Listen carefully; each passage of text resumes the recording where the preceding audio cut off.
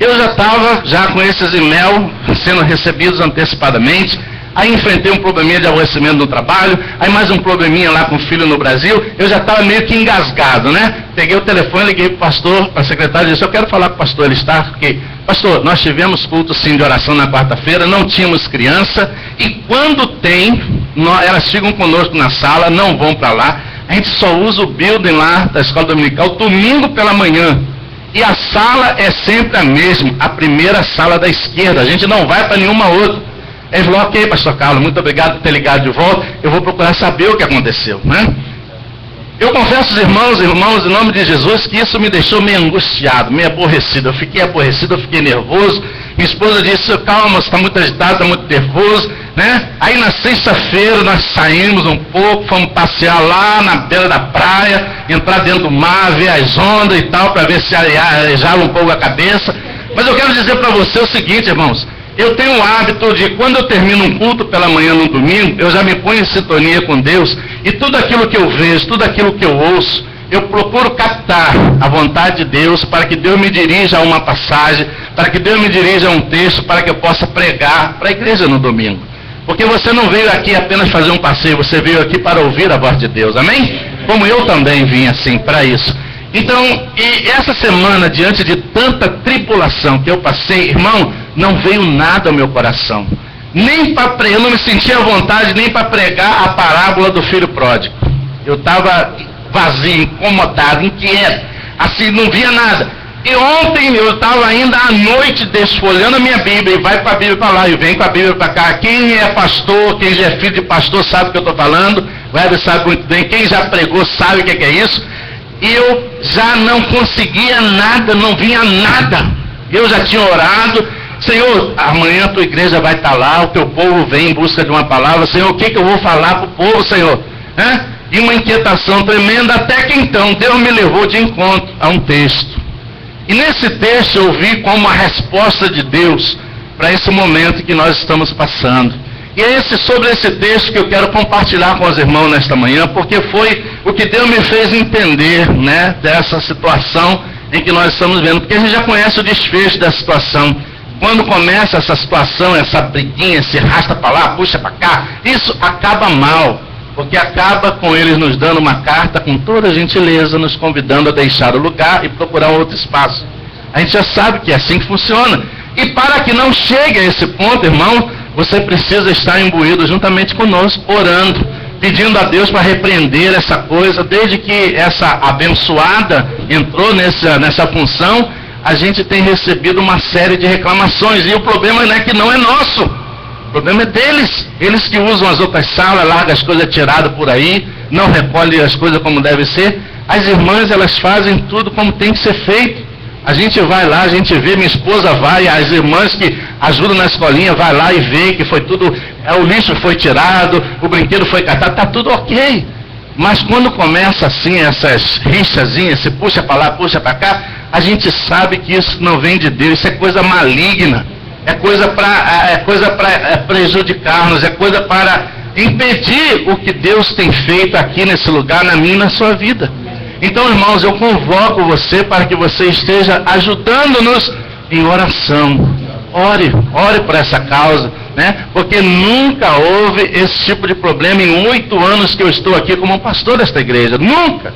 E agora, em poucos dias, uma enxurrada de e-mails. Nós chegamos até a marcar uma reunião com o pastor ontem à tarde, 4 horas da tarde, íamos ter uma reunião com ele aqui para falarmos sobre o assunto. E havia eu, minha esposa, a irmã Suilane e a irmã Beth, né? Nós falamos com ele, saber o que está acontecendo. E na última hora, aí a minha esposa me liga na sexta-feira, dizendo, olha, o pastor acabou de mandar outro e-mail. Eu falei, outro? Ela falou, não, calma, ele agora mandou um outro e-mail, dizendo que ele não vai poder estar na reunião sábado, porque ele tem um compromisso fora de Rios, e ele tem medo de chegar atrasado, então ele está cancelando, mas dando-nos a oportunidade de marcar um outro dia, outra data. Ok, então estamos pendentes nisso. Nós vamos estar sentando com o pastor e vamos procurar saber o que está acontecendo. Amém? Vamos procurar saber o que está acontecendo, explicar para ele, nós só usamos aqui, pastor, essa é a sala que a gente usa, a gente não vai nas outras, as crianças não vão nas outras, entendeu? Então vamos orar, irmão. Isso é problema espiritual. Isso me levou exatamente a um texto de Acasias. Acasias era rei em Israel. Ele era filho de Acabe, que teve por avô Omri, que também foi rei sobre Israel. As pessoas, elas nunca podem dar aquilo que não recebem. E eu indo ao encontro desse texto que Deus me levou ontem no segundo tempo da prorrogação, Deus me levou a esse texto que eu quero compartilhar com você, e Deus me fez ver claramente que isso nada mais é do que uma perseguição contra a nossa vida, contra a igreja do Senhor, amém? Porque Deus quer nos abençoar, mas o diabo também usa. E ele não vai usar quem? Ele vai usar pessoas que se deixam ser usadas por ele. E muitas das vezes nós estamos enfrentando, a Bíblia é clara, né? A vossa luta não é contra a carne, contra o sangue, mas contra forças. Essas forças, elas são invisíveis. E para que elas possam conseguir os seus propósitos, elas têm que se utilizarem de pessoas. Porque é assim que acontece, né? Então eu entendi, através desse texto, que Deus me mostrava que isso era uma perseguição. Abra comigo lá a sua Bíblia em 2 Reis, capítulo 1, versículo 1 e 2. Segundo livro de Reis, capítulo 1, versículo 1 e versículo 2, somente para a gente meditar na manhã de hoje, sobre aquilo que Deus nos deu para entender essa situação e ver que isso é uma guerra espiritual, é uma batalha, uma perseguição, mas que assim como Deus deu vitória a Elias, Ele há de nos dar vitória também, amém? O inimigo, por mais que queira, não vai prevalecer, porque a Bíblia é clara e as portas do inferno não prevalecerão contra a igreja do Senhor, amém? Aleluia, glória ao Senhor.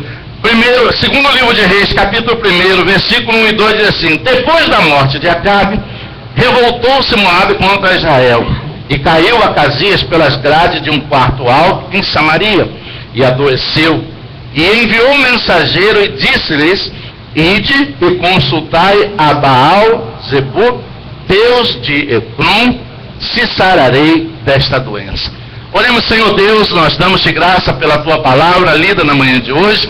Então somente nós nos colocamos na dispensação, no mover e no poder que há no teu Espírito Santo, para que a tua palavra nos seja ministrada na manhã de hoje. Ministra o nosso coração, ó Deus, abrindo a nossa mente, nosso entendimento e fazendo-nos entender que os problemas que muitas das vezes enfrentamos aqui nessa terra não passam, Senhor, de problemas espirituais, tentando nos tirar a nossa paz e tentando nos desestabilizar emocionalmente e espiritualmente e debilitar até não porque fisicamente. Por isso, Senhor, que esta palavra, Senhor, nos abençoe nesta manhã e nos seja a resposta ou esclarecimento de Deus para entendermos que isso é uma perseguição espiritual e nós vamos combater não com as armas do mundo, mas com as armas de Deus, através da oração, da intercessão e do clamor a Ti. Por isso nós te agradecemos em nome de Jesus. Amém e amém. Glória a Deus. Não podíamos esperar algo diferente vindo da parte de Acasias, né? Acasias agora era o rei que estava reinando em Israel, e como você sabe, o reino antigamente era um reino unido até a Salomão. Com a morte de Salomão, houve a divisão do reino, criando-se então agora o reino do norte e o reino do sul. E esses dois reinos, agora norte e sul, eles eram compostos, né? Israel, reino do norte, com 10 tribos, e Judá, reino do sul, com 12 tribos. E durante esse período, entre reis e profetas, nós vemos na palavra de Deus que vários reis reinaram, tanto em Israel como também em Judá. Acabe foi um dos reis e o pior de todos eles. Acabe foi o pior de todos os reis que Israel já pôde conhecer. E mesmo assim reinou por 22 anos.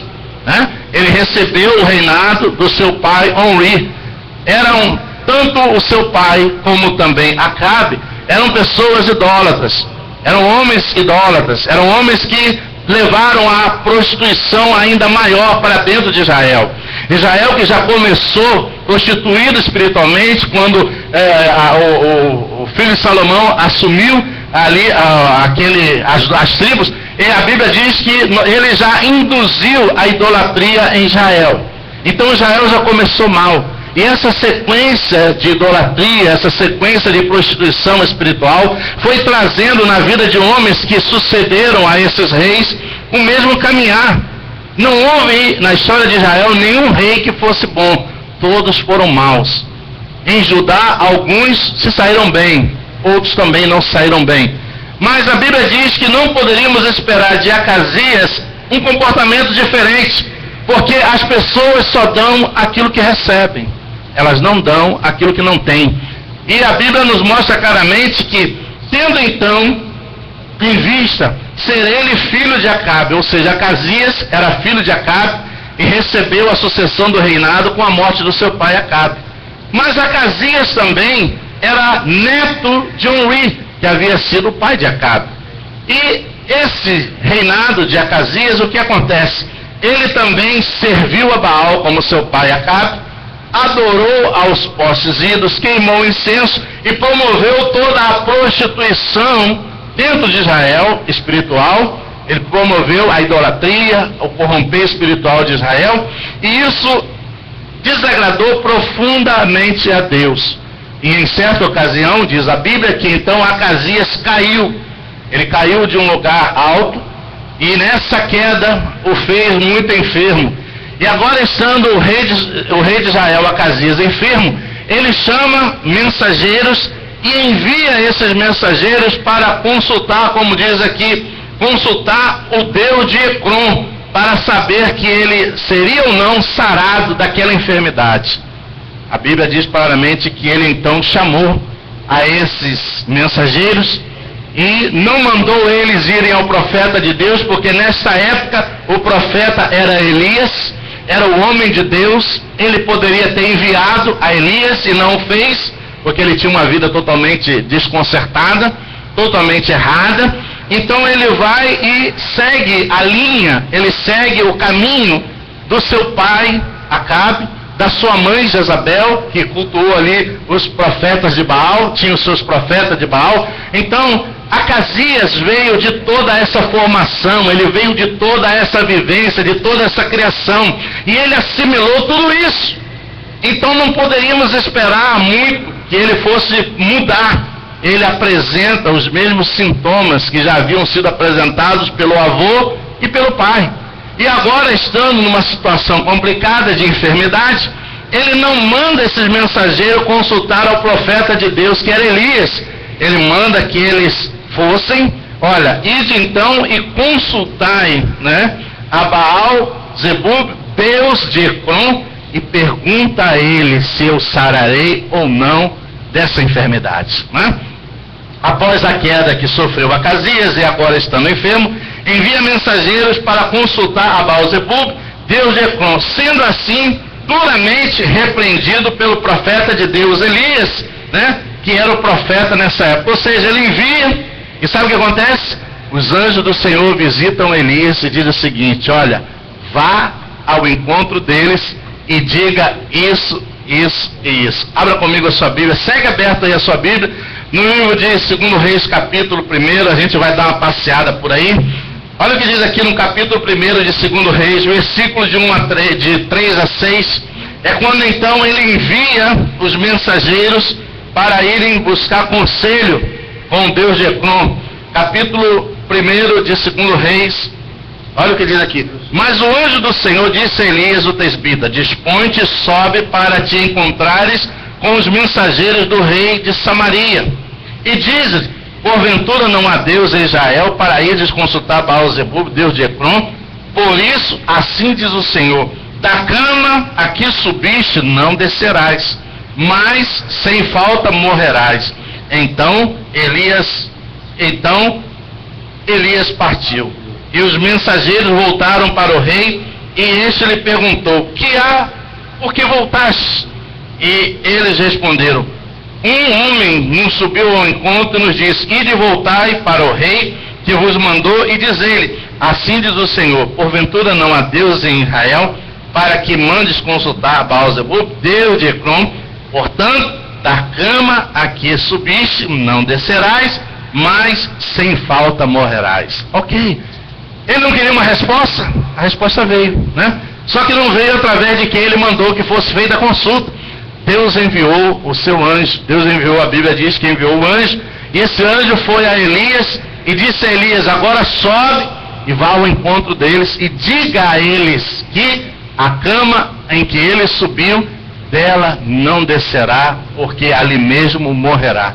Quando ele recebe esta palavra vinda da parte de Deus do profeta Elias, por isso que ser profeta não é fácil. Profeta de Deus não é fácil. Eu digo profeta não é só aquele que tem um dom de profecia, de revelação, não. Todo aquele que fala da palavra, que prega a palavra, é a boca de Deus, amém? Fala por intermédio de Deus, através do Espírito Santo. E não é fácil, meu irmão. Esteja preparado para ser perseguido, esteja preparado para enfrentar tudo que você possa imaginar, porque eles tentam de toda maneira tirar a tua paz, amém? Para te tirar você da sintonia do canal de Deus. É um problema tremendo, não é? Então a Bíblia diz que eles foram, e Deus então enviou o anjo: vá lá e diga para eles, diga para ele que da cama em que ele subiu com essa enfermidade, ele não descerá, ali ele morrerá. Quando Acasias recebe essa palavra, ele fica profundamente irritado, ele fica profundamente transtornado, porque quando nós estamos errados, quando nós estamos no pecado, quando nós estamos na iniquidade, tudo que vem como correção de um Deus que é santo e poderoso nos agride. Nós não queremos ouvir, nós não queremos saber, não queremos conserto, não queremos arrependimento, não queremos nos prostrar diante de Deus e reconhecer: Senhor, realmente eu errei, eu falhei, eu pequei, eu sou um pobre pecador. Senhor, eu sei que tem áreas da minha vida que precisam ser mudadas, transformadas. Senhor, opera em mim, amém? Deus quer ver isso, mas muitas das vezes nós ficamos como que esse homem, Acasias ficou tão irritado com aquilo que ele ouviu daqueles homens, que sabe o que ele faz? Ele chama um capitão de 50 e forma uma guarda de 50 homens e envia e diz: vá a Elias, prenda-o e traga-mo a mim. Amém? Ele ficou tão revoltado, tão irado, que ele deu essa ordem. Chamou um dos capitães dele, que era o capitão de 50, aquele que estava no comando de uma tropa de 50 homens. É como se fosse como é que é aquela lá do Brasil, né? Que teve o filme, BOP, né? Era o BOP daquela época, né? Ele chama lá o capitão lá e prepara aquela equipe bem selecionada, pronta para o confronto, pronta para o combate. Talvez era o melhor que ele tinha na força especial naquele momento, e diz: agora vá lá a esse profeta Elias, prenda-o e traga-mo a mim, a minha presença, né? Porque eu quero ver se ele é macho mesmo de falar isso na minha cara. Eu quero ver se ele vai falar essas palavras aqui na minha frente, né? E ele mandou, a Bíblia diz assim: Acasias, revoltado com o que acabara de ouvir do homem de Deus, o profeta Elias, envia um capitão de 50 para trazer Elias até ele. Está aqui no capítulo 1, versículo 9 e versículo 10, olha o que diz aí. Então enviou o rei um capitão de 50, com 50 soldados, que subiram ao profeta, pois este estava sentado no cimo do monte. Disse-lhe o capitão: homem de Deus. O rei disse: desce. Essa foi a ordem que ele deu. Olha o que diz Elias. Elias, porém, respondeu ao capitão de 50: se eu sou homem de Deus, desça fogo do céu e te consuma a ti e aos teus 50. Então o fogo desceu do céu e consumiu a ele e os seus 50. Amém? Vai brincar com o profeta, hein? Vai brincar com o homem de Deus, hein? Deus hoje não vai mandar fogo do céu, mas ele pode mandar outra coisa, né? Ele pode mandar um leite, hein? Ele pode mandar uma outra coisa diferente. Mas a Bíblia diz que essa perseguição não acabou aqui. Eu acho que Acasias poderia já entender com esse sinal que não adiantava lutar contra Elias, porque a briga dele não era contra Elias, a briga dele era contra o próprio Deus, amém? Por isso, querido, muito cuidado quando você se levanta contra homens de Deus, porque quem vai tomar o partido não é o homem de Deus, não. Ele só vai orar e colocar você na mãozinha de Deus, né? E agora Deus vai tratar com você a maneira dele, amém? Ah, meu irmão, olha, eu me lembro que quando eu cheguei na Flórida, há 12 anos atrás, eu tive 2 pastores que me perseguiram tremendamente, me prejudicaram tremendamente. Sabe onde eles estão agora? todos dois de volta no Brasil. O que veio começar a igreja aqui me perseguiu na Flórida, a igreja dele não vingou. A igreja que ele tinha no Brasil, quando ele voltou, já tinham tomado dele, ele ficou sem nada. E aquele que já estava aqui há muitos anos, aparentemente com o ministério já estabelecido, perdeu tudo, ainda teve o casamento arruinado e voltou para o Brasil sem nada. Cuidado, querido, cuidado com quem você mexe, né? Eu não vou dar tapa, eu não vou brigar, não vou pegar teco de beisebol, não. Vou botar um nomezinho debaixo do joelho, fazer igual a mamãe ensinou. Bota o nomezinho do abençoado embaixo do joelho e ora. E só diz para Deus assim: Senhor, tu sabes. É assim que mamãe ensinou pra gente, né? E agora, meu irmão, a rebordosa espera por ela. Não é verdade? Espera. Eu acho que Elias fez o mesmo. Quando ele chegou lá, aqueles homens, aquele capitão arrogante, olha, o rei mandou você descer, e descer agora comigo, tu tá preso, tá dominado. Elias olhou, se eu sou homem de Deus, que desça fogo e consuma a ti e os 50 que estão com você. E aí o fogo desceu mesmo, querido. Veio mesmo e consumiu todo mundo. Por que Deus não faz assim de vez em quando, né? Que pena, né? Hoje em dia, era mais imediato, né? Meu Deus do céu. Mas a Bíblia diz que Acasias não se deu satisfeito. Sabe o que ele fez? Ele chamou outro capitão de 50. Talvez melhor, mais preparado. Só pega aí mais 50 cabra macho lá do Piauí. Bota a peixeira na cinta. Bota lá a pistola do outro lado e vá lá e traga esse Elias até a mim. Eles foram. Pela segunda vez. Né? Foi aí que eu fui entendendo o sinal. Eu fui entendendo a mensagem de Deus. Me mandaram um e-mail, depois me mandaram o segundo, depois me mandaram o terceiro. Perseguição terrível essa, meu Deus do céu. Me tiraram a paz durante a semana, meu Deus. E olha que é difícil me tirar do sério, né? Até no trabalho, rapaz, até no trabalho. Problema no trabalho que não foi nem problema meu, problema de outros que não fizeram o que tinha que ser feito. Aí sobra por marmitão, não é verdade? Então são problemas de todo lado. Foi uma semana horrível de tribulação, meu irmão, queridos. Horrível, né? E aí Elias recebe a visita de mais um capitão. Olha o que diz aqui. Você pensa que ele desistiu, Acasias? Acasias envia por segunda vez o outro capitão de 50. E o mesmo que havia acontecido com o anterior, acontece com este e os seus homens. Está lá no livro de 1 Reis, capítulo 11, versículo 11 e 12, que diz assim. Versículo 11 e 12, diz assim. Respondeu, aqui, versículo 11. Tornou o rei a enviar-lhe outro capitão de 50 com os seus 50. Este lhe falou e disse, homem de Deus, assim diz o rei, desce depressa. Respondeu Elias e disse, se eu sou homem de Deus, desça fogo do céu e te consuma a ti os teus 50. Então o fogo de Deus desceu do céu e consumiu a ele e os seus 50. Pela segunda vez, perseguição. E eu entendi com isso, meu irmão, Deus estava me mostrando através desta palavra, que isso não passa de uma perseguição. É uma perseguição, e é uma perseguição espiritual, é uma perseguição má, porque vem de encontro a obra de Deus, a nossa vida, tentando tirar a nossa paz, tentando nos estabilizar, tentando prejudicar o bom relacionamento que nós sempre tivemos aqui nesse lugar, né? Sempre tivemos, né? Nesse lugar. E eu me lembro muito bem que foi o que aconteceu com a igreja presbiteriana brasileira quando eles estavam ali na memória com a Kirkwood. Eles estavam dentro de uma igreja americana. E os caras começaram a pegar no pé por causa de lixo, e não eram eles que deixavam, era um outro grupo, era um grupo coreano. Tinha um grupo coreano lá que pintava o set, deixava tudo bagunçado.